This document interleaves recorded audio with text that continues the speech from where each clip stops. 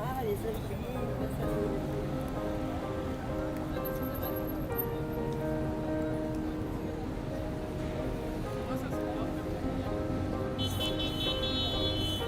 Look.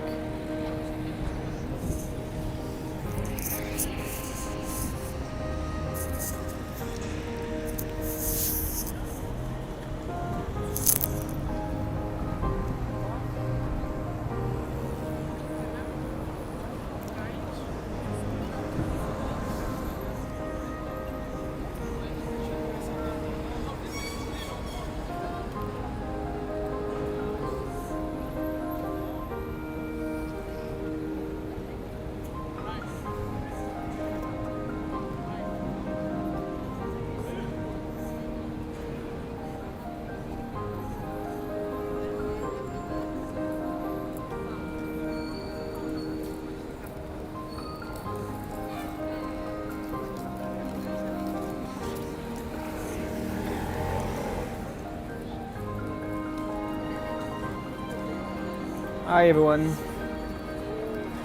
I hope you're doing well. Welcome to Paris and Beyond Tours. It's Ferret and Josephine today, presenting Imperial Paris. We're going to start our tour at the Opera.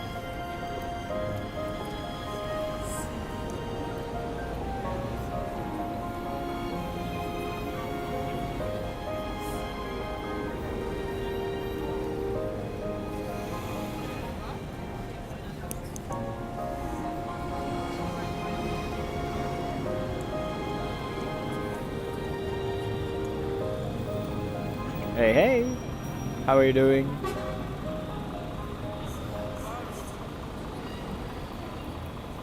Welcome to the Imperial Paris.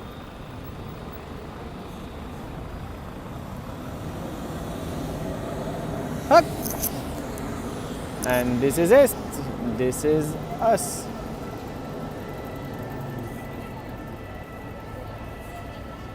Interesting.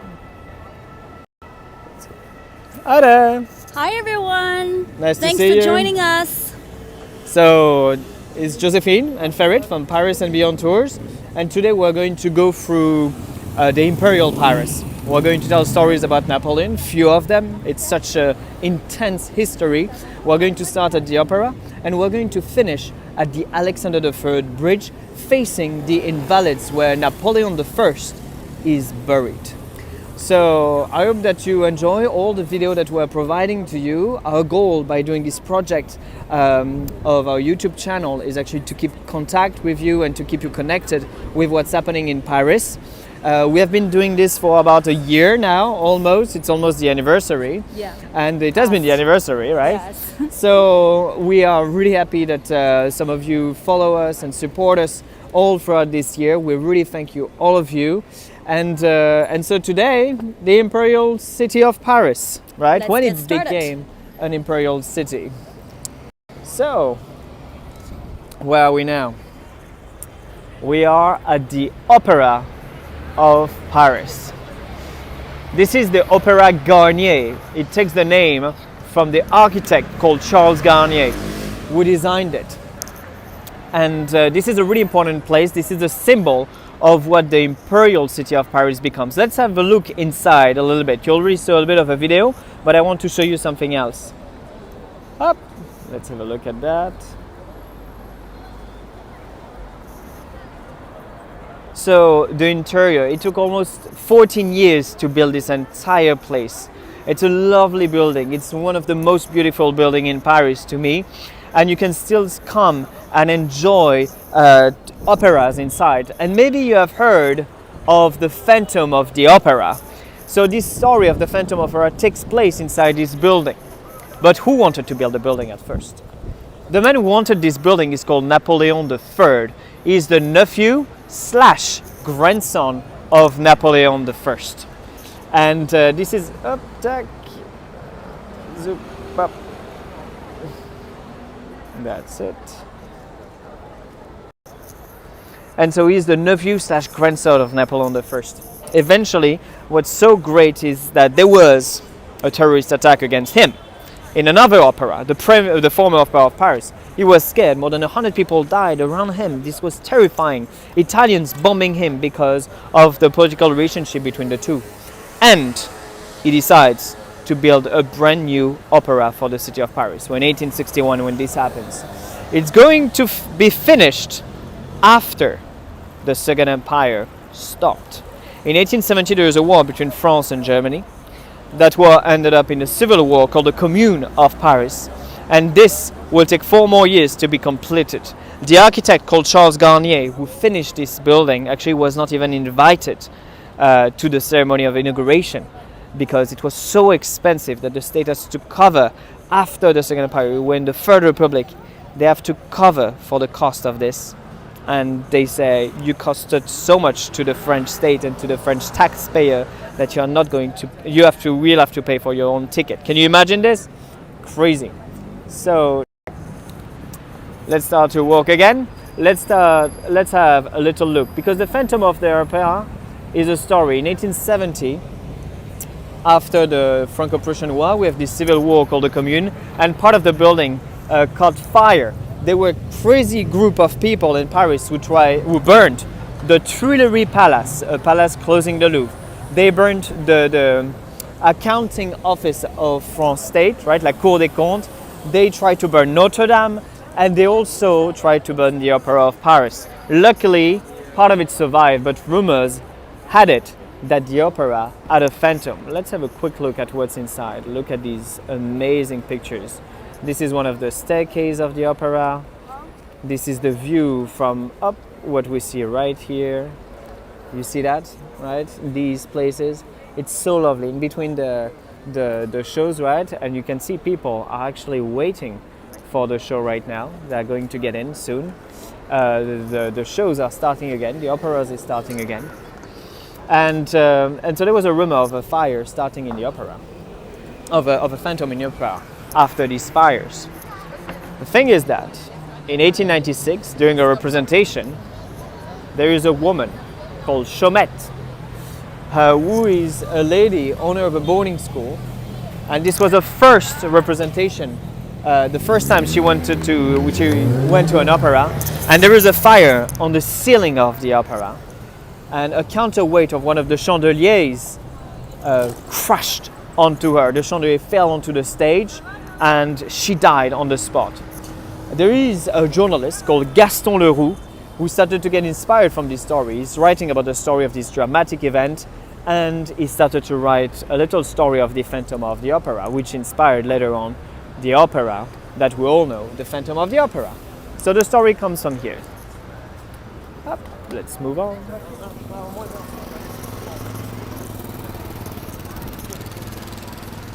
So we're in the Haussmannian Paris. We're going to talk again about this. On this side,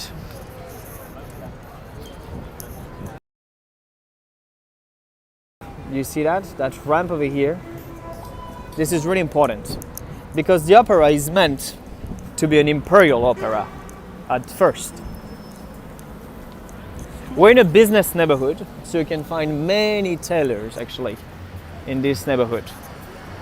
And you have the banks that are not too far. You have the stock market of Paris, which is 10 minutes walking from here.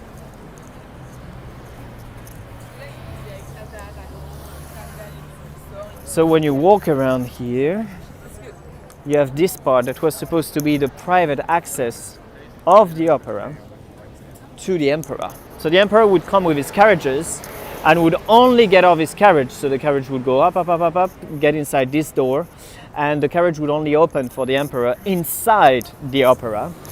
Of course, because the building was finished after the Second Empire stopped in 1870. This was used then as the archives of the opera, and there is a library as well. So if you really want to visit the opera, you can get access to these. It's you have to ask permission to be granted there. And you can see there are several symbols of the emperor still in place. So up, you can see an eagle right here. So this is one of the symbols that Napoleon I chose when the opera started, when he started his empire. And also at the very end, from here, what can we see? Back, can you see this? It's called the Galerie Lafayette. It's a really famous mall. You can only see part of the name. It's an amazing place. They have a great terrace. One of the first mall of Paris, started around the 1870s as well. As we are walking, I can share with you some more pictures. In the opera there is a really modern ceiling that was painted in 1950s, 60s. Up. You can see the opera right here. This is painted by Marc Chagall, a Jewish Ukrainian painter who actually was really humble. He painted this really modern ceiling over the old one. The old one was called by a man called Le Neveu, and it was what we call pompier art. Pompier art is this art that was the official art during the Second Empire, the one against which people like Claude Monet was kind of fighting when they started Impressionism. So pompier art is something you can see in the Orsay Museum, and it was really classical, representing all the codes. They are not really inventive on the codes. They're not breaking rules, they're following the rules of the Academy of Art. So this ceiling, the original one, was covered by the one you see on the picture right now, painted by Marc Chagall. And even though he was a really famous painter, he was commissioned by André Malraux. So after the Second World War, the Ministry of Culture. He was a really humble man. And he wanted to dive into this palace of dreams that the opera was supposed to be, and how it was designed by Charles Garnier. It's really supposed to be the house of the dreams for Charles Garnier. And so you can see the dreamlike figures, the way he painted. It's really simple, really colorful, really impactful. He's like giving several paintings of a different opera that took place. And by the way, maybe you know Offenbach, the man who wrote these Orpheus going to the Inferno. He was living 2 streets behind. So you can see, right, the Eiffel Tower, all of these. Well, there is a fun story about Marc Chagall. Marc Chagall going to the opera and painting. You know, he's a really famous painter. He sells for really good money, and he's commissioned by the French state to paint this ceiling. And he has, so you know, like scaffoldings, and he has this amazing personality. He's a really humble man. So he goes to the coffee nearby, you know, like a bar brasserie, and you have this typical French person that says, "Hey, qu'est-ce que je vous sers?" And so eventually he says, well, sandwich, coffee, like usual. He goes regularly. One day, there are workers coming nearby, and you know, they're dressed with these clothes that are full of plaster, dirty, and these kind of things. And himself, Chagall, is dressed like these painters' clothes as well. So the two workers, they come in, they start to talk, chit chat, and they saw Chagall on the other side. They don't recognize him, of course, and because he's not someone publicly known. And so they ask him, "What do you do as a work? Right? Where are you working? On which work are you? Which work are you doing right now? Which construction site are you?" And the guy says, "I'm working at the opera right now. I'm just a painter." And so he was really an humble man. When Marc Chagall was painting the opera, he still kept this really simple, authentic personality. So really enjoy the operas. This is one of the symbols of the Second Empire in France. So right now we're walking these lovely little streets. We're next to the Musée Fragonard, which is a museum of perfume. It's a really interesting place to come. You have this lovely street. We're going to go to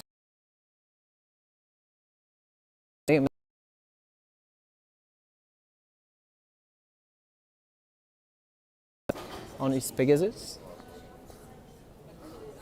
It's one of the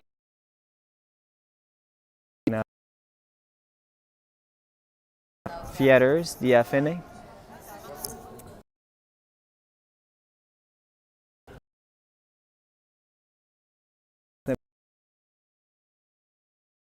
High quality people visiting. So how are you doing? Long time no see, right? We're supposed to do this tour 2 weeks ago. But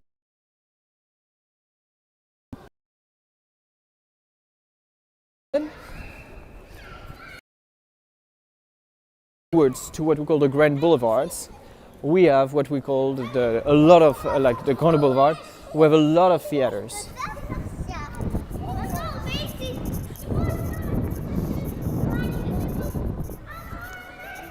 This is our Edward VII. Do you see this style which starts to be consistent?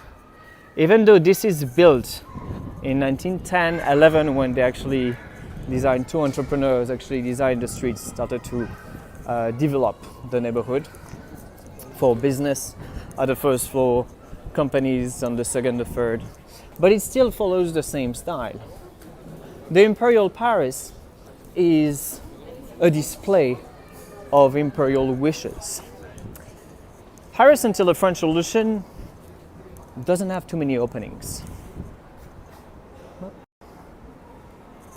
So Paris during the before the French Revolution doesn't have many openings. You have a few squares that are royal square, like La Place Louis XV, that maybe we forgot because it's called Concorde today, and you have an obelisk on it. But it was supposed to be a square where Louis XV had a statue on it. You have the Place Vendome, you have the Place des Vosges, you have the Place Dauphine, but that's are really the only openings. And you don't have great avenues, boulevards that are actually helping you to circulate inside the city of Paris. So during the French Revolution, there is a committee of the First Republic before the consulate starts in 1793, which is going to design Paris in another way. They want to add what? They want to add sewers. They want to have great boulevards to allow traffic to flow through the city and stop having mazes. Also, Napoleon I, when he becomes the first consul, start to design some streets, and we're going to see some of them right now.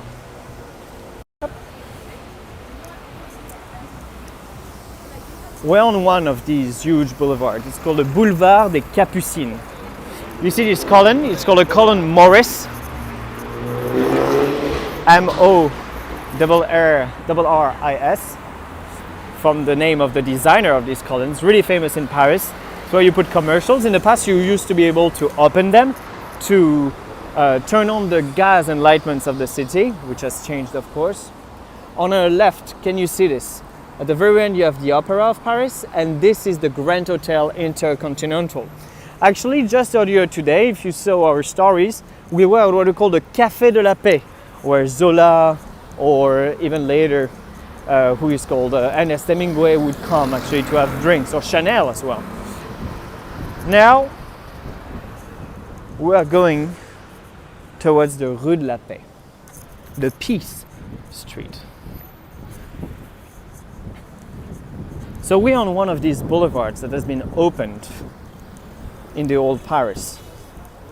From 1802, there are several laws that are voted to be able to expropriate people from the land they own in order to redesign the city of Paris.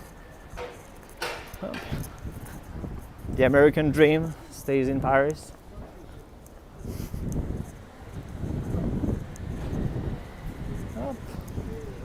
Doesn't look too fancy. So, when does the First Empire start? When does the First Empire start? We have two empires. First one, Napoleon I. Second one, Napoleon III. So Napoleon I, maybe you already know a little bit about him. And he becomes the emperor, the the 2nd of December, 1804. If you go to the Louvre, you can see an amazing painting of him, and which is the coronation of Napoleon. If you want to see his face, that's Napoleon. Up. Right? This is our constitution of how he should have looked like. So great, that's our Napoleon I. Now, let's move on to our Napoleon III. That's the man. Up. Look at him. What an amazing mustache, isn't it? This is also a painting. This is a painting you can see in the Louvre. It's in the apartments of Napoleon III. So two Napoleons. The second one, Napoleon II, is the son of Napoleon from his second wedding with Marie-Louise of Poland. I'm trying to survive. I'm going to get you somewhere, that's important. Up.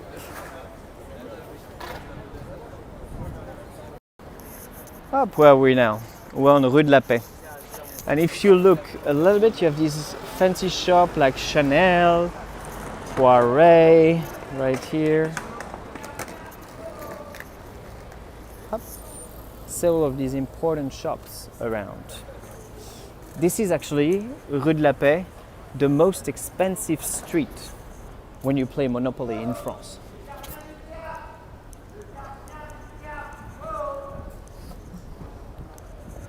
So, Napoleon I, First Empire, and he wants to set himself into the Roman emperors, right? Into the Roman emperor's feet.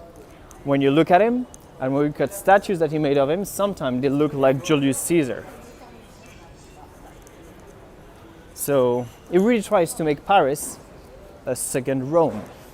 And he will try to make huge axes from east to west, named after victory battles that he won. And so there is one, for example, called the Rue de Rivoli, which is really important. One of the longest streets of Paris after the Champs-Elysees.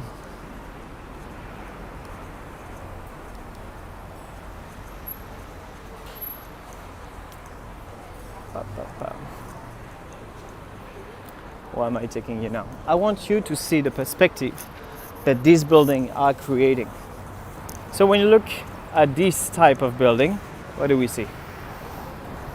These long balconies, second and fifth floor. And when we look at the balconies, we can see now the opera from afar. This is all made so that your perspective looks great.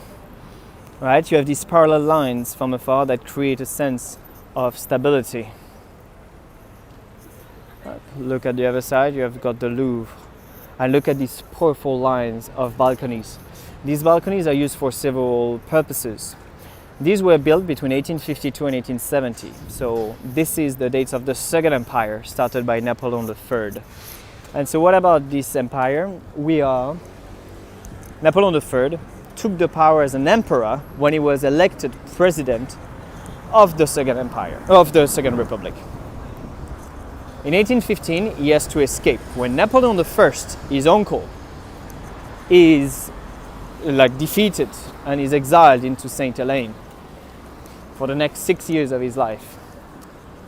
Napoleon III, not Napoleon III yet, is going to live in London. And London at this moment of history is quite a modern city, proper source, proper enlightenments. So he's kind of jealous of this city, and when he comes to the power, he'll try to design a modern city like this one. So it's beautiful to have these balconies, but the second use of these balconies and of these large avenues is to avoid having barricade. So can you imagine this?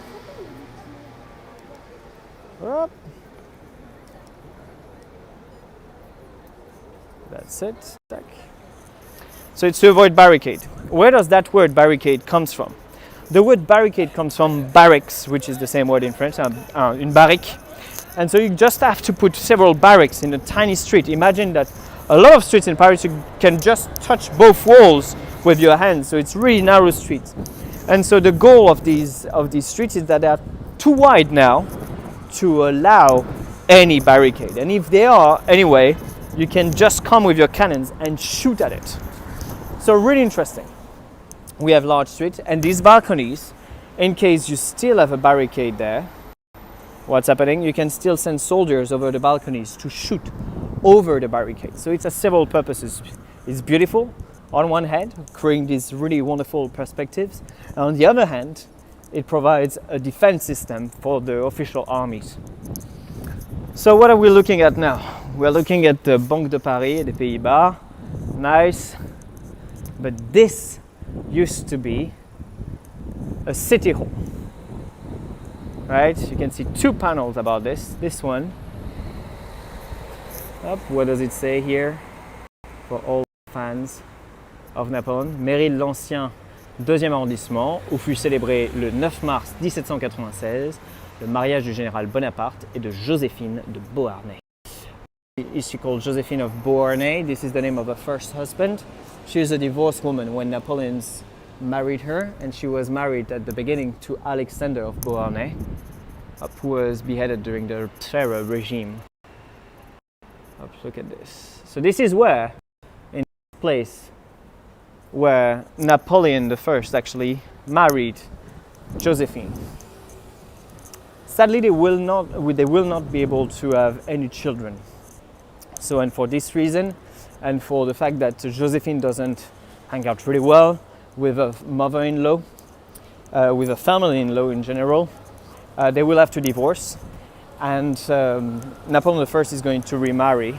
He's going to remarry to Marie-Louise.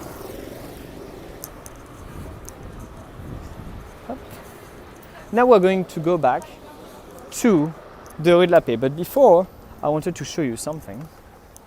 I wanted to show you la Maison Plisson. Let's have a look at this. Alimentation Générale. That means that it is just like a grocery store. And look at this. This is one of my favorite shops in Paris. Why is that? Because can you see right here that you have names of these famous chefs? Mathieu Mandar, Carl Marletti, right? Joanna Roch. She was one of the best. She was best pastry chef of the world a few years ago. And so you have like all of these amazing chefs that are proposing all the best dessert, and they provide a few to this shop. And so going to the same shop, you can have all the best desserts of Paris in one go. So it's really an amazing place. I really love this house. You have also amazing cheeses, amazing cold cuts. And so you should definitely try to hit that spot if you have a sweet tooth.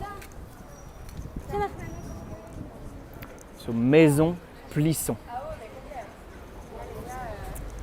So let's come back that way, to Rue de la Paix. So how are you doing?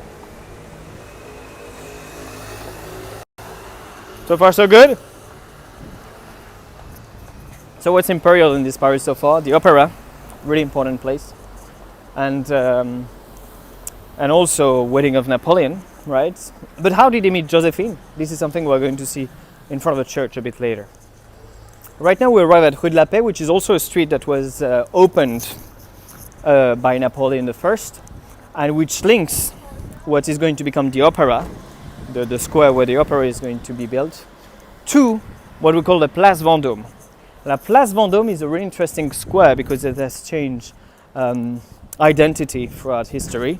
There is one thing that remained from the very beginning. Built in the 1600s under the command, the desire of Louis XIV, right, the Sun King, the same one who built Versailles.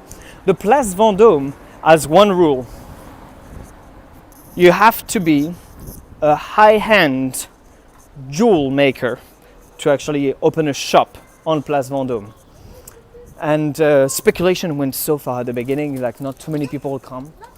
And in the end, you have like most of them jewel maker. You have one hotel, and you should know that hotel. It's called the Ritz. And you have the Ministry of Justice. So several elements here. In the center, you used to have a statue of Louis XIV. It's a really important statue, which was changed throughout history into a column of victory dedicated to the nation of France, but soon transformed to the glory of Napoleon I. So Rue de la Paix is here. That's the street.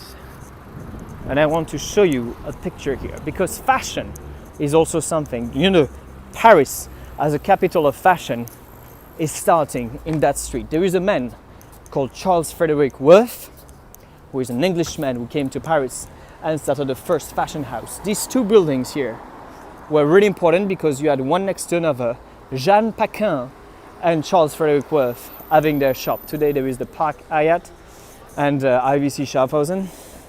And I will show you a picture right now of this tech. Look at it.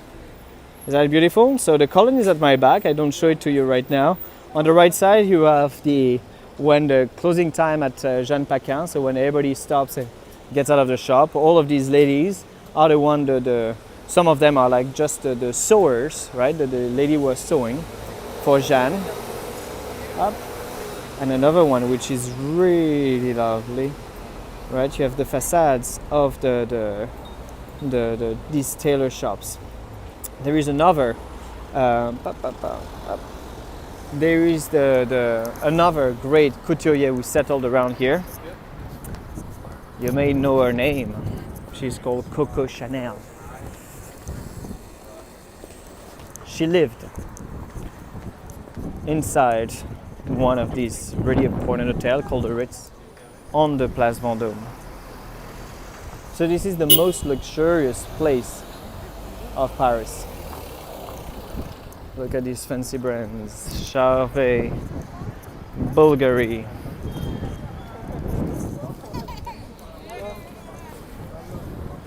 One of my favorite brands of jewels is called Van Cleef and Arpels. It's just on the corner here. First we have Boucheron. And you should never feel ashamed to enter these places. Really. Come inside.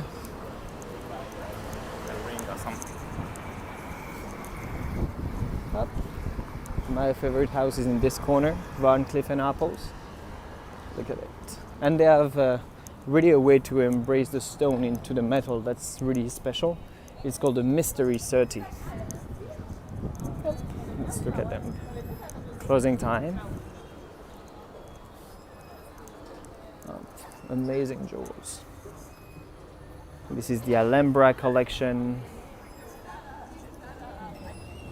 One of the specialty is that all of their jewels can be transformed. So for example, here you can have a necklace and a brooch, you can separate them.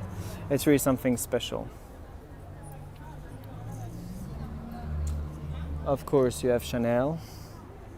But again, it has to be jewels made here. You also have Louis Vuitton, Dior on the other side. And in the center, the column of victory. Isn't that view beautiful? At the very top, Napoleon. We're going to see what he is holding in his hand.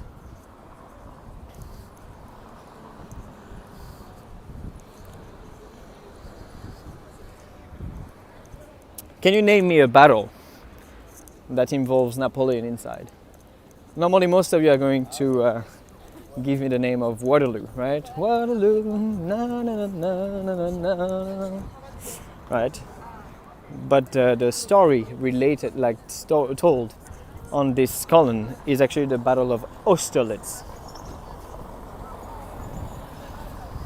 Really important battle. He did it when he was already an emperor, in 1805, a year after he became the emperor. And it has been done with the cannons taken to the Russians and the Austrians when we won the battle. It's 180 tons of metal over here taken from our enemies. Napoleon, this is one of the signs of the Imperial Paris, wanted to inscribe already when he was consul, so even before he's an emperor, he wants to make Paris a new Rome.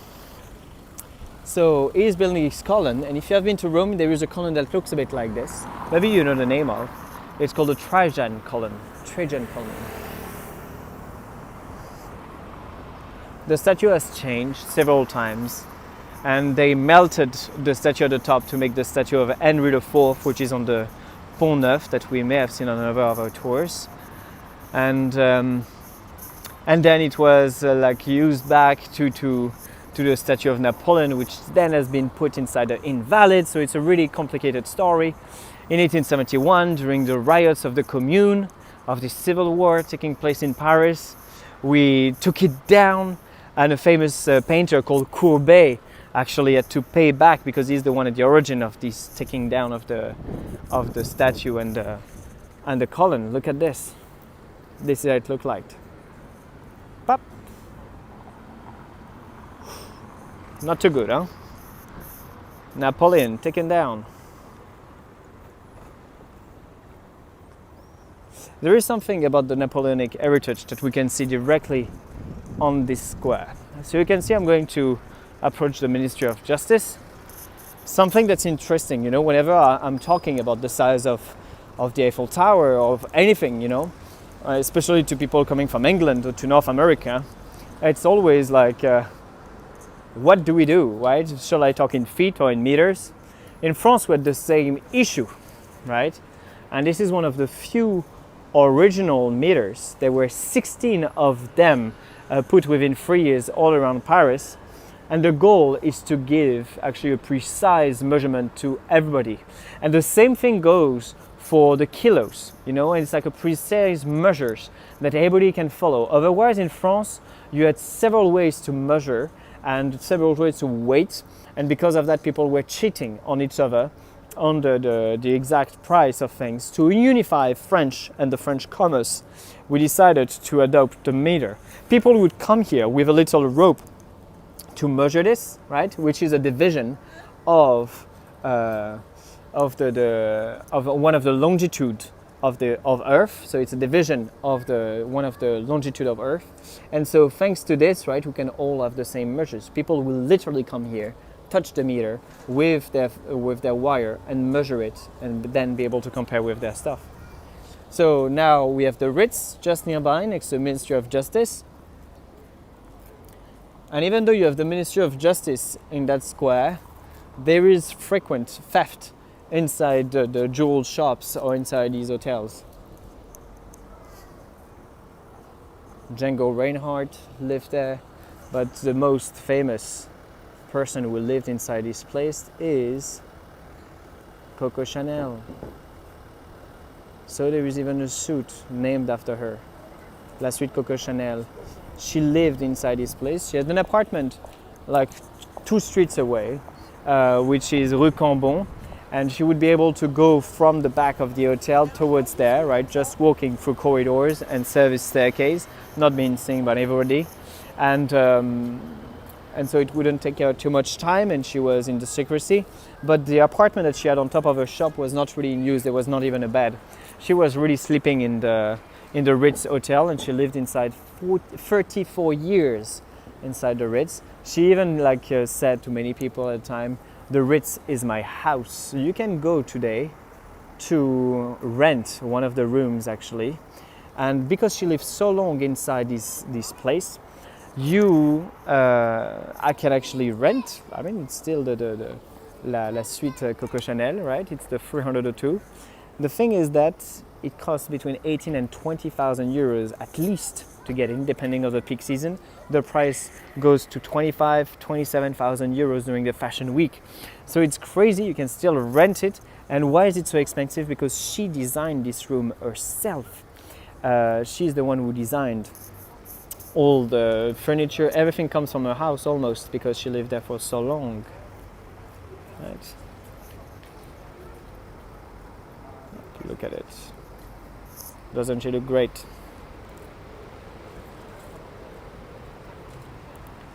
So, right before we leave this place, I give you another shot of what the column looks like when we take her down.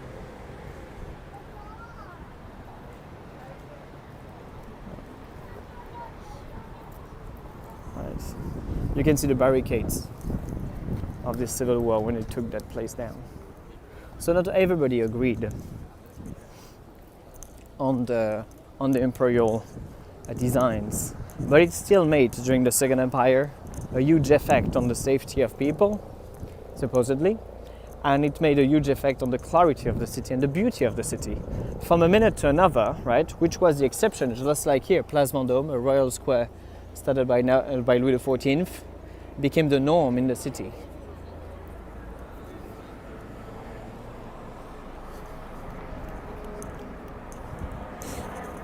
Right now we are going to enter la rue Saint-Honoré and the rue du Faubourg Saint-Honoré. So 2 streets that are continuous. And that's where, actually, this is the epicenter of fashion. I told you about Charles Frederick Worth just before. Charles Frederick Worth was this shop, like the street behind us. So Charles Frederick Worth was this shop on the other side, which I showed you the picture of. He's the first designer, the first high fashion tailor, per se. He is the first one to say, you don't tell me what you want as a clothes, I'm the one telling you what you should wear. And he started the first house of high fashion per se, the first house of haute couture per se. So an amazing man who inspired many others. And then you are going to have several brands starting popping up around the opera, because the opera is built, right, finished in the 1870s. This is the moment if you want to relate to music. You have Offenbach going around. You have Wagner who passed by Paris already at the time of the emperor. So really important moment. And the Opera of Paris, which is an imperial building, is, even though it's finished after the empire, it's not only a place where you come and see the opera, it's also a place where you come and show yourself and to show the dresses that you are wearing. So Charles Ferrecoif is really a tailor from the Second Empire, and then you have the new ones like Paul Poiret and others, and then you will have Chanel as another generation beginning of the 1900s into the game from this neighborhood. I'm showing you that face because it's a lovely street, and you have so many fashion brands and perfume brands all around.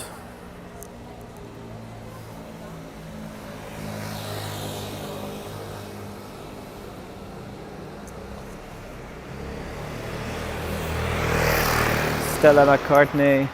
Like, this is a must do. When you're a fashion brand in Paris, you want to have a shop in this street. Churches for the shoes. Jewel shops.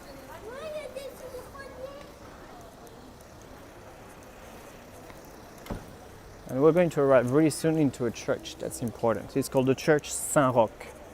Why is that church important? That church is important because this is kind of there that the destiny of Napoleon I and the one of Josephine are going to meet. And she's kind of the woman who managed with her relation and her talent into internal politics, is going to play and is going to put him as the emperor. Even though he has a great talent, he's a great general, it's not only becoming a good man, a talented man that matters, it's also having the good connection. And he's going to do a lot of work on that in the castle of Malmaison. So I'm just scratching the surface of the life of Napoleon here. But basically what happens, we are in 1795, and there is 1797, and there is kind of a revolt. The convention starts to vote something to get out of the revolution, and they want to keep the majority at the assembly. They vote a law which is called the law of the 2/3, la loi des 2/3, which is actually keeping the royalist who wants to put back a king onto the power with the legal way out of the political game. And there is a riot of royalists in Paris. General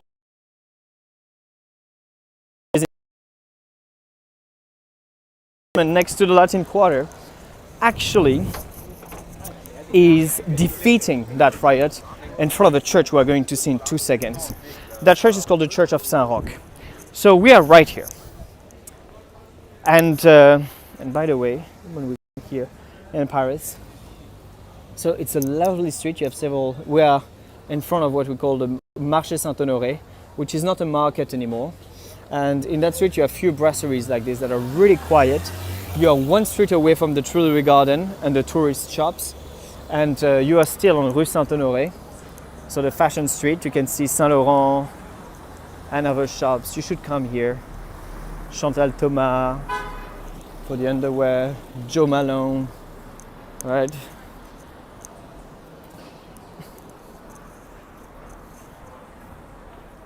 Cosmo.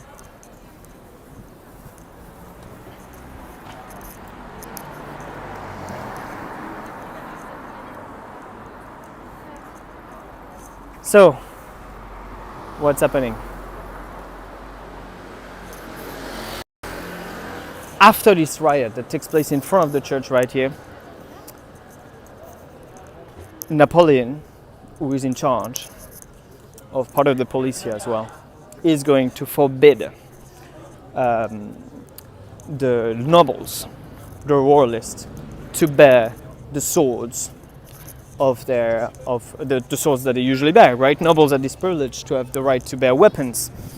So, because of that, the son of Josephine from her first wedding, Alexander Beauharnais, who was already beheaded, is coming himself to see Napoleon and to ask him, please give me back my sword, which has been confiscated. This is the sword of my dad, who has been murdered during the Terror a few years ago. And Napoleon was moved by this son trying to get the sword of his father. So he gave him back the sword and made him promise he wouldn't use it. And the mother of the child, Eugene de Beauharnais, so the mother, Josephine, comes to see Napoleon and asks and tells him thank you. And basically they're going to meet at this moment and they are going to start a relationship. And Napoleon is going to fall in love desperately with her. He's going to send her amazing love letters you can find, even though Josephine is a much more powerful woman in terms of feelings, right? Napoleon is good at war, not good at love wars. So he is going to be kind of manipulated in love. I cannot say that because he kept his direction. He knows what he wants. But in terms of love, he was kind of sometimes hurt by Josephine. Let's look at the church for a second, which is also the church dedicated to the lawyers in France. Right, Saint Roch, the saint of the lawyers. It's a lovely Renaissance church, right? Behind here, you have the best Japanese restaurants of Paris. We're still Rue Saint-Honoré, and if you go that direction, you have got the Louvre. Let's move on. Right now there is a fair in Paris. What you see at the end, this garden is called the Tuileries garden. This is the garden dependent on the Louvre. Right? There is the Louvre, the Tuileries Palace, at the end of the Louvre, and this was the Tuileries garden for the Tuileries Palace.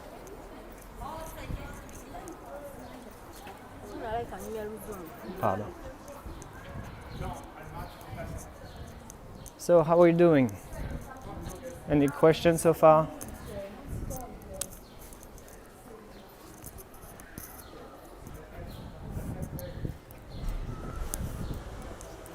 Let's relax a little bit and we're going to arrive at Rue de Rivoli.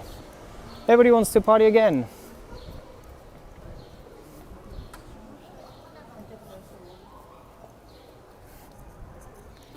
Pardon.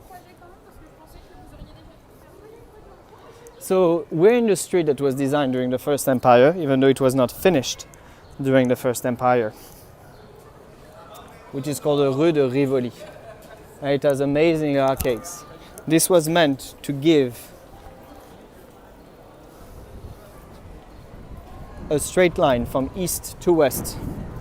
So this was a wish from the ancient regime, so before the first revolution. You see it goes all the way to the city hall right there. Right there. That's the city hall. The center of Paris. That's the end of the Louvre. That street has been closed to most of the cars last year. This is where you can see there is only one line for the cars, so taxis mostly, of people living around, or the police or the buses, and the rest is for bicycles. So it becomes more and more walking friendly. These arcades were Napoleon set up a rule right here with two architects called Percier and Fontaine, and the goal was to only have luxury shop, as you can see.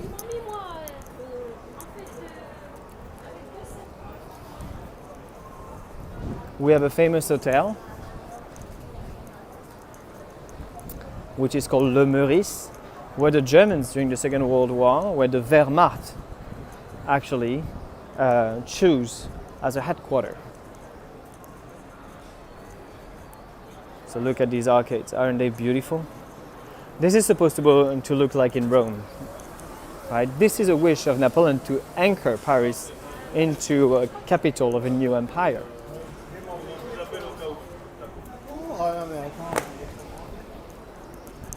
As Coco Chanel was living around, she really enjoyed to go to one place I'm going to show you. A place called Angelina. Famous people actually lived here as well. You can see Leon Tolstoy, famous writers. Proust was also coming in these arcades to enjoy life.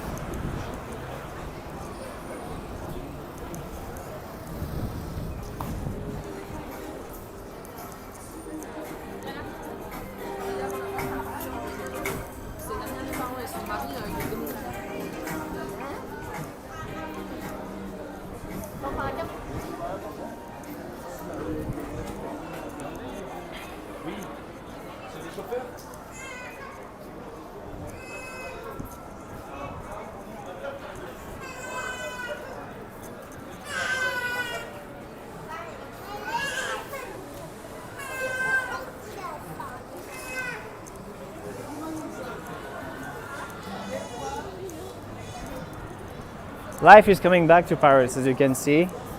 We don't need to wear the mask outside anymore. We have reached more than 30% vaccination here. I just got my first shot the other day. I survived so far, so it's looking good.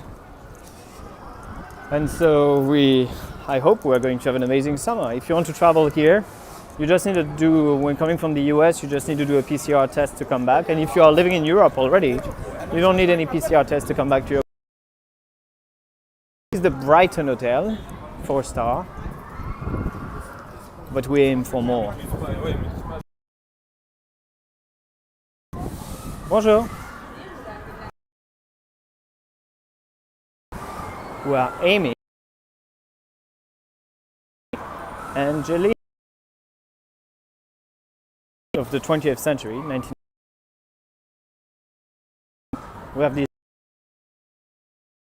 who want prestigious French style. So that's our Coco Chanel would come and have her chocolate. Maybe I've heard of the chocolate. An amazing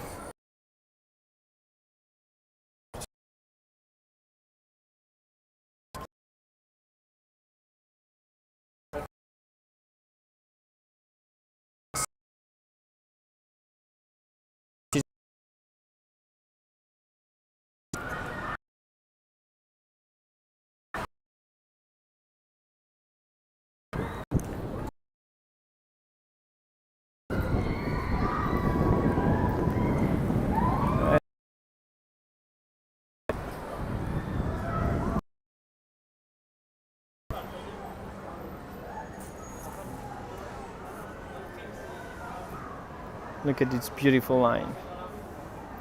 Perspective of power from the First Empire. Then, and every winter. This is kind of an institution of the river. Droite.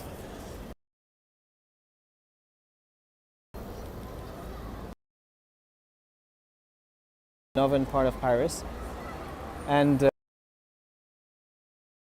gauche, la foire Saint-Germain.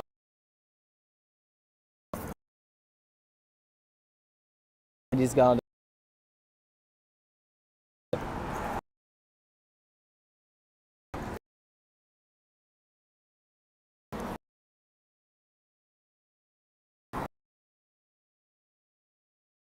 With an issue with the connection, no worries.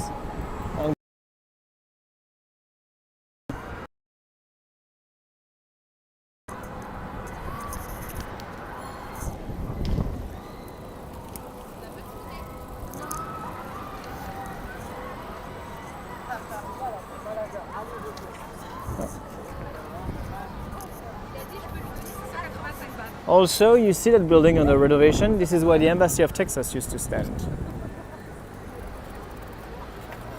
Column of Victory by Napoleon. So when Napoleon starts up his imperial capital, hey Josephine, what do we have? We have the Pantheon. So it was a church called Saint Genevieve Church, and it's renamed the Pantheon, just like in Rome. Then what do we have? Just before Napoleon. Then what do we have? We have the Catacombs of Paris, which were nicknamed like this, and really, truly in the 1810s, 12, are going to be named the Catacombs of Paris, which was before the Boneyard of Paris.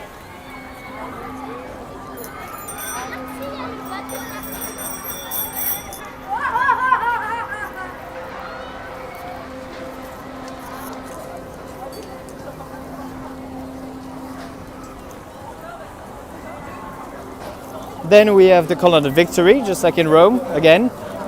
Then we have the Concorde Square. There is no obelisk on it yet. We have to wait the 1830s for the obelisk to start.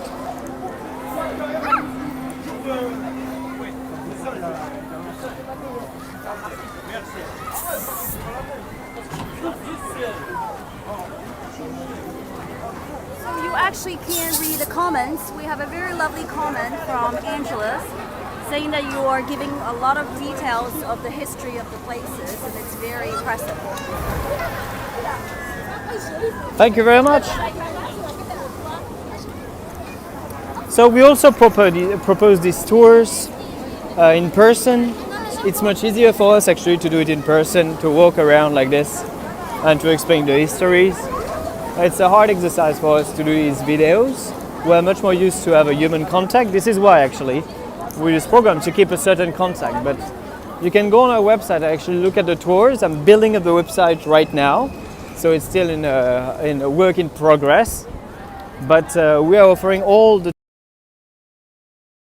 and we can get access to all the monuments we show. We are licensed to provide all sorts of experiences, whether it's inside or outside Paris. So if one day you come to Paris and you want to experience, you can just go on our website or send us a message. Also, if you haven't done it yet, you can subscribe to our YouTube channel and our Facebook page. You can like us, follow us, and our Instagram account as well. We provide little photos, tips.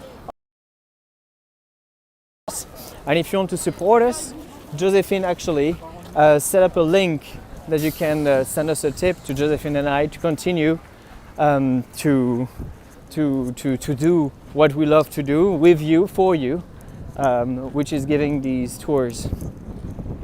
So right now this is the Tuileries garden that we are in. This is interesting because this garden is actually the beginning of French gardens, even though this is Italian inspired. It's the Catherine of Medici who is going to ask the first gardens to be developed. And then this is where Le Nôtre, actually, the one who designed the gardens of Versailles, who is going to work at first, and actually his father was one of the gardeners in the Palace of the Tuileries, before his son became one of the gardeners inside the gardens of Versailles. So it's really important. Just in front of us, we have the orangery, l'orangerie, which is a place where we grow orange trees, as simple as that. And you have the water lilies of Monet inside. This is part of the French Empire. This is after, after the Second Empire, we have what we call the French Empire, which is a colonial empire. And this is kind of a symbol of that at this moment before the First World War. On the right hand side, you have a parallel building to the orangery, which is the Musée du Jeu de Paume. So it's lovely as well. You can read the history of the French Revolution in there. Amazing statues. The original one of this one, which is Tiber River, is in the Louvre if you want to see it. And now we arrive at the Concorde Square. Concorde, it changed names so many times. At first it was, as I told you, Louis XV Square, and then Square of the French Revolution. During the Reign of Terror, this is where we beheaded Louis XVI, Marie Antoinette, but also Robespierre a year later, after the beheading of Marie Antoinette. It was a dramatic square. More than 1,150 people were beheaded on the square we are heading to. Today that square is used to finish the military parade, which is going to take place the 14th of July. So in 10 days, you will be able to watch on your screens the French military parade that we offer every year. And this is the day you don't want to miss the fireworks. Today is a special day as well, isn't it? For America. Right? We're on an eve. Tomorrow it's going to be the celebration of American independence, isn't it?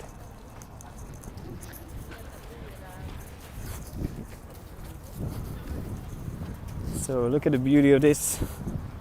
Have you seen the movie The Devil Wears Prada? Yes? No? Maybe? At the end of the movie, Anna Hathaway is throwing her cell phone into a fountain. It's like this, right? She's like this, so inside the fountain. It's lovely. And so this is on this square that she does it. Why she does it on this square? Because of these buildings. You have on the left the Hôtel Le Crillon, which is one of the most famous palaces in Paris. This is an amazing place. We offered to my sister for a wedding, for the honeymoon, 1 or 2 nights. I don't remember if it was 1 or 2, to sleep inside this place. And what's amazing about this place, so any honeymooners should hit that place, is because they always try to upgrade you into a better room when they can. So Le Crillon, this is also a place that is famous because they used to invite the winner of the Tour de France for 7 days for free. So that was amazing, and they stopped after Lance Armstrong. This is a symmetrical building to this one, which is the Hotel of the French Marine. So lovely square, kind of wished redesigned by Napoleon I during the consulate and finished during the First Empire. And this obelisk only arrived in the 1830s. It has been offered by Muhammad Ali, the vice king of Egypt. In the 1830s, it took several years to be taken back from Egypt. This is also kind of interesting because even though it was not set up here during the First Empire, this is still imperial. When you go to Rome, you're going to see the best collection on earth of obelisks. There are more standing obelisks in Rome than there are in Egypt, as some people say. I haven't counted. And in Rome, they're in front of holy churches. So wherever you have important relics in a church in Rome, or wherever you should do a pilgrimage into a church in Rome, the city is, when you don't have a map in the Middle Ages and in the Renaissance, you put an obelisk in front of a church, it's easy to spot. So we have an amazing of this square, and that obelisk is coming, and we have seen it.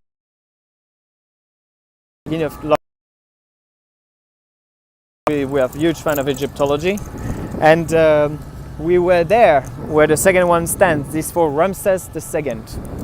There is a building that's really important as well on the other side of the street. This is also wished by Napoleon I. This is the National Assembly, okay, not him personally, but under his realm as the first consul.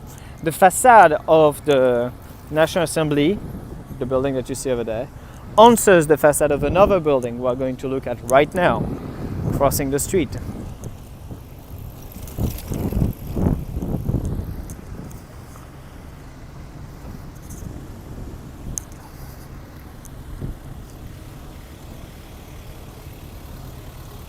Up. Can you see in the background, in the middle of the buildings, over there, we're going to see it better as we go further. This is the Madeleine Church. The Madeleine Church has had a quite crazy destiny. It took 85 years to finish that church. It was supposed to be built in the 1750s, 60s. The first drawings were about similar to what is the Pantheon Church today, where Victor Hugo is buried. And in the end, revolution kicks in, we don't have the budget for this, and Napoleon changes the entire design into what? Into a temple, right? A temple for the French army. So far he's in Poland, he's thinking he's going to win the world, and so he wants a temple for his army and the French nation. Thing is that, you know the end of the story, he's going to lose everything. Later, almost at the end of his reign, he is going to say only we should give back this church to the priests, who are the only one able to preserve it throughout different regimes. And so this is going to become a real church. It was in 1837 about to become a train station, and they finally decide, under the reign of the last king we had, Louis Philippe, a proper church called the Madeleine Church. This is it's a church that I really love. Underneath it, you have a special restaurant, which is quite interesting. I talk to you about this in 2 seconds. First, let's look at this amazing fountain. So what are they setting up behind? Isn't that a beautiful fountain? Just behind, this tribune is for the presidents of different nations invited by the President of France to look at the parade, which is going to take place on the Champs-Elysees. At the end of the Champs-Elysees, there is also a really important imperial building, which is called the Arch of Triumph. How beautiful is that? So that's the fountain of the Devil Wears Prada. And just here, you have the Madeleine Church at the end. And you see it looks really similar to our parliament, which is on the opposing side.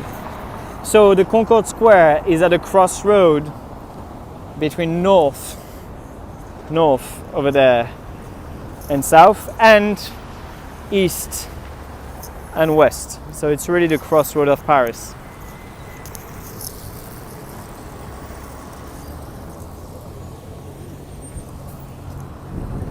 If you go just one street behind over there, you have the British Embassy and the American Embassy, one next to another.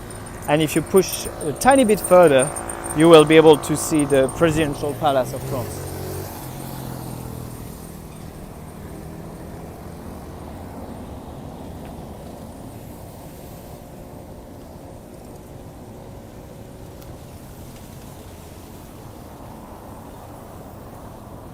Why did Napoleon change the name to Concorde?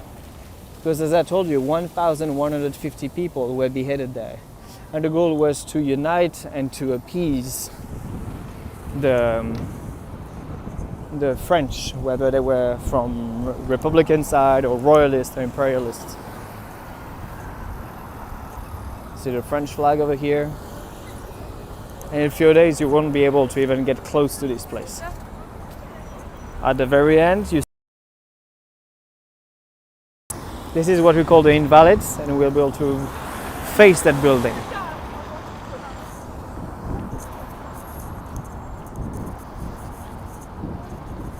And now, let me introduce the Champs-Elysees. Maybe you know the song? Oh, Champs-Elysees, oh, Champs-Elysees, à midi ou à minuit, au soleil ou sous la pluie, il y a tout ce que vous voulez aux Champs-Elysees.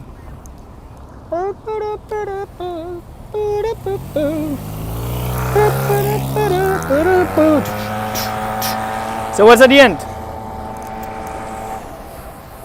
This is the Arch of Triumph. So the Arch of Triumph was supposed to be built was supposed to take a few years only to be built. Was started in 1805, and at the same time we built on the other side there is a little arch, the Arch of the Carousel. You can see on a video I did last Sunday when there was a parade for the Longchamp horse riding of amateur riders. So if you go on our Facebook page you can see the little arch of the Carousel. The two are aligned on the Champs-Elysees, so there is a perfect line which is called the historical axe of Paris. And so this is built as a tribute to the French army, who was like victorious against all the other nations trying to kill the French Revolution. An amazing place. After the First World War, we added there the flame of the unknown soldier, and so it becomes truly the most important monuments of the French army. It was, until the 1960s, the largest Arch of Triumph on Earth. The Champs-Elysees became famous around the same period when Paris had this Arch of Triumph built, so we're in 1830, 1831. 1836 for the first visits.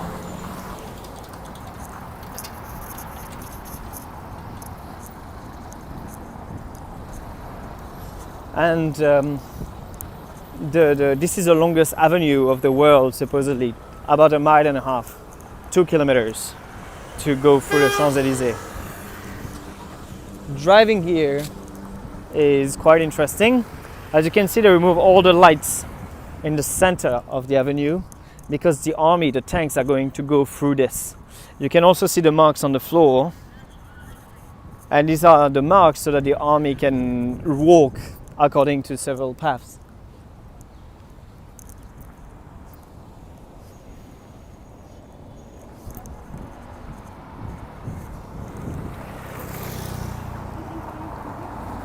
Yeah, you prefer? Yes. So, how is it so far? Any question about life, about anything? I mean, Paris starts to be completely fully alive. This is the best moment to travel as well. If you have hesitation on whether you should come or not, Sometimes you can even get so cheap tickets. I heard of a couple the other day that got a return trip per person 150 euros, right? About $200 to come to Paris. So this is crazy. And it was from New York though, so I don't know where you are from. You may come from different states, right? But has anyone planned a trip in the upcoming few months? To come to Paris?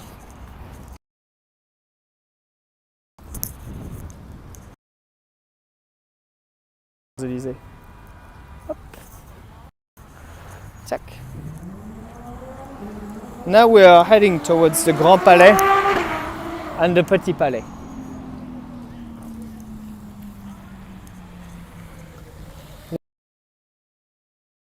You have these huge busy streets, and from a minute to another you just cross a row of trees and you get into these quiet areas.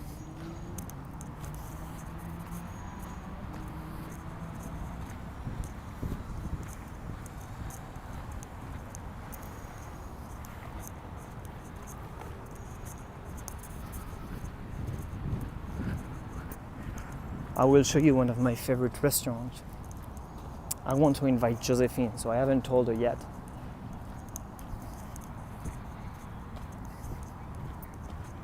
You know, the date doesn't matter. We got married the 2nd of March 2014, so even though it's not the birthday, it's still good sometimes to invite the person you love into these really nice quiet places. And look how beautiful this is. Keep it secret, huh?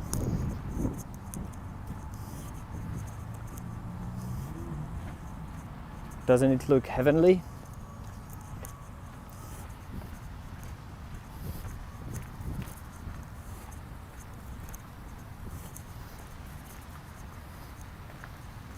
Hop.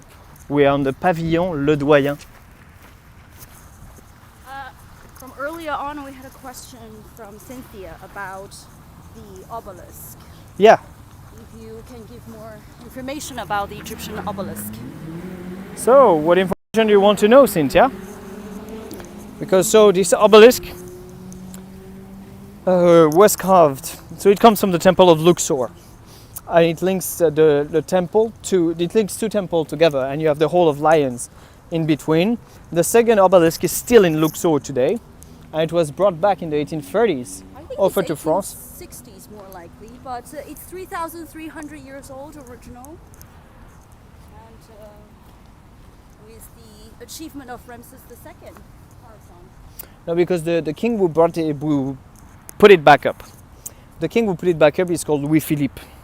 So we are talking about the last king of France, and he reigned between 1830 and 1848.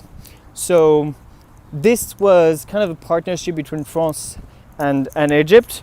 At this moment, we were building up the Suez Canal that was like done by the French and the Egyptians, and so it was a partnership between the two countries. We offered them to get the obelisk, a clock that you can still see in one of the most important mosques of Cairo, which doesn't work. Well, we are not Swiss, we are French, but we have amazing clocks as well. The thing is that clock never worked because of the transport at the beginning. We sent someone to fix it, but you have to work on this clock. So when you go today, it still doesn't work. That's true. But it was exchanged for this purpose.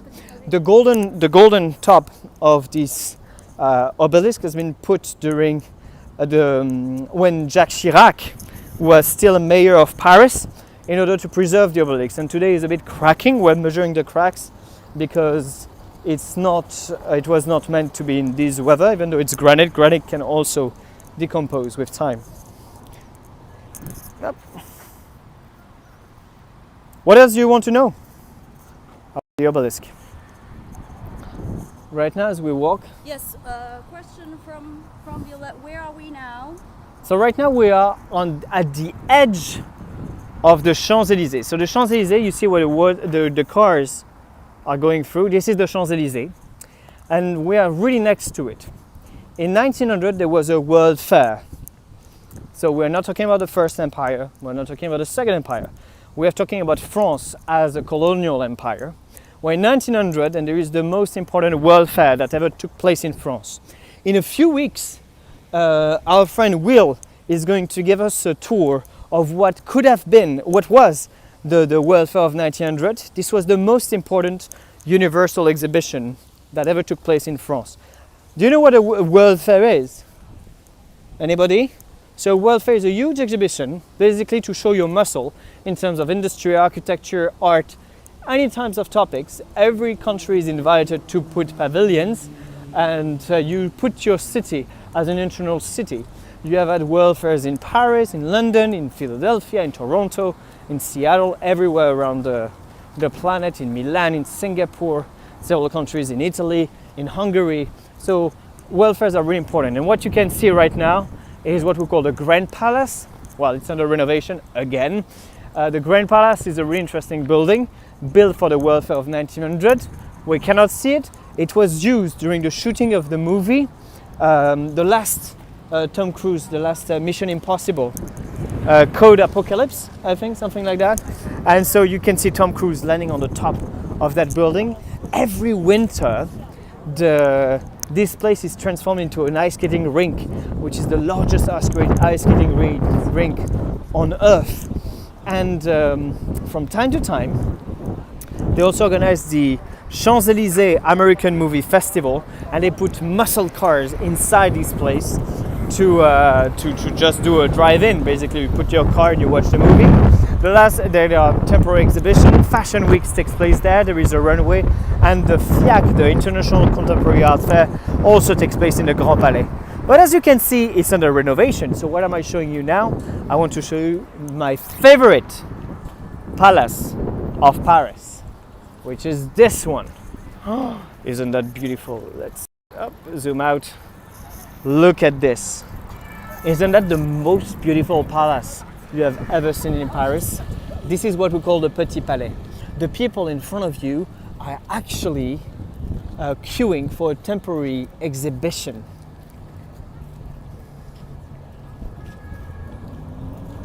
There is a permanent exhibition. This is one of the museums of the city of Paris. And you have amazing pieces of art in there. I love to guide inside this place. You also can see, like, this is made in what we call the Beaux-Arts style. This is the art that was official, that was the predecessor of Art Nouveau. So just before Art Nouveau, not in terms of style, but in terms of timing. Just before Art Nouveau, this is the style that was official. So we're in 1900. You already had the opera, which is in Beaux-Arts style, Napoleon I style. And you can see they take all the canons of classic art, Renaissance, they try to make it even more beautiful. You have this golden gate. At night, it's quite amazing when it's lit up. And you have these red carpets set up sometimes. You can rent this place, it costs about 100,000 euros per night. You can organize weddings in there. I've seen, I passed by when they organize one wedding inside, so it's an amazing museum. And you can see as well, back.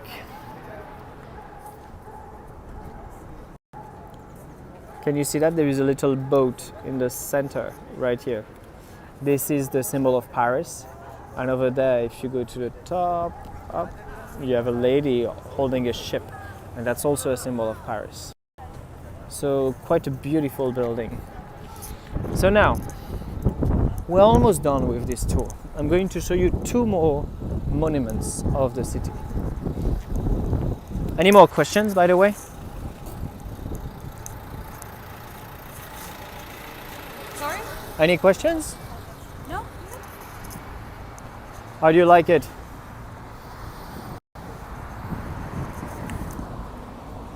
So we're enjoying the walk in Paris. This is actually when you're on the Champs-Elysees. There is also a really good place to take afternoon tea inside the Petit Palais. And so when you go down the Champs-Elysees, it's so quiet. You know, you can be like a bit overwhelmed with all the noise, with the French people complaining in the middle of the Champs-Elysees, people honking at each other. When you go around the Arch of Triumph, you will actually 12 boulevards coming in, everybody's honking at each other. It's a mess to drive in there. So going to the Petit Palais is actually quite nice. It's quiet. This is the best place to take your mother-in-law. And What? yeah. And use the free restrooms. Yeah. Welcome to Paris. Clean restrooms. It's also always a scarce resource. Right now we're going to talk about the Alexander III Bridge. And maybe that's a really interesting story. Maybe you know the story of Anastasia, right? The Disney movie about this young Tsarine from this daughter of Nikolai II. This family that was murdered during the Red Revolution in Russia. So she managed to escape, and some members of her family were trying to find her back. And we had a hard time to find her, isn't it? So the man who actually inaugurated the bridge for the construction, in 1897, is called Nikolai II, Tsar of Russia. He is the great son of Alexander III, and this is Alexander III, which gave his name to the bridge. So this is Alexander III Bridge, Alexander III, the Tsar of Russia.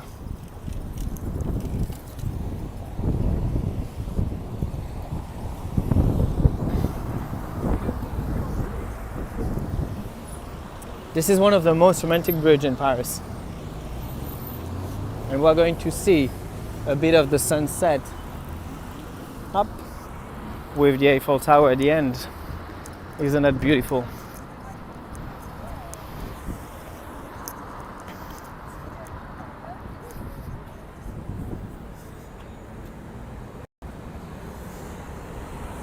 If one day you go to St. Petersburg and you go to the Fabergé Museum, you know the Fabergé eggs, you will be able to see this.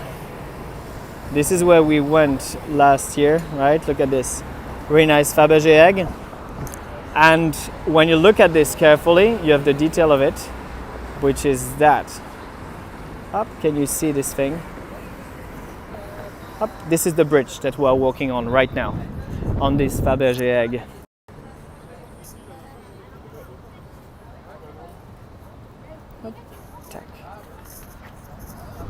If you have seen Midnight in Paris, this is where the last scene takes place. So the man who inaugurated that place is the father of Anastasia. So we're talking about the Russian Empire. At the end, the Eiffel Tower, in 1889 when it was built. You should already know everything about it now. And the last thing we're going to see today is that building at the end of the view. That building is called Invalids.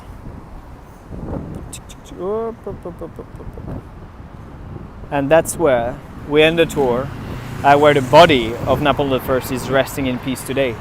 This is called St. Louis Church, St. Louis Cathedral. It's the cathedral for the French army. We have two cathedrals in Paris. This church is where the tomb of Napoleon is. It came back way later, during the Second Empire. It was left in St. Helene for quite a while. He died there in 1821. Originally, that building was constructed under the reign of Louis XIV, the man who built Versailles, the king who built Versailles, and the man who in charge of the construction, following the construction, was called Louvois, one of his ministers, Louvois. And it was being transformed now into a military museum. The entire construction is called the Invalid, with the church inside. The Invalids, like an invalid, a person who is invalid. And that's where the tomb of Napoleon. Yeah, I said. Yeah. That's Great. where the tomb of Napoleon is. And I think we're going to finish on the view over the Eiffel Tower like this.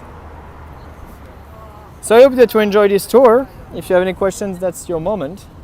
And don't forget. This Art Nouveau details. Yeah. So I hope that you enjoyed this tour. Don't forget to follow us on our Facebook page, on our YouTube channel, and follow us for the next tours that we're going to give. Deborah says Deborah has been so supportive throughout the tour, and yes, please, if everybody, you can like this video, share it subscribe on your social media resources. That will be a big help for us. And if you have any questions, any suggestions for walking tours, feel free to get in touch with us. Yeah.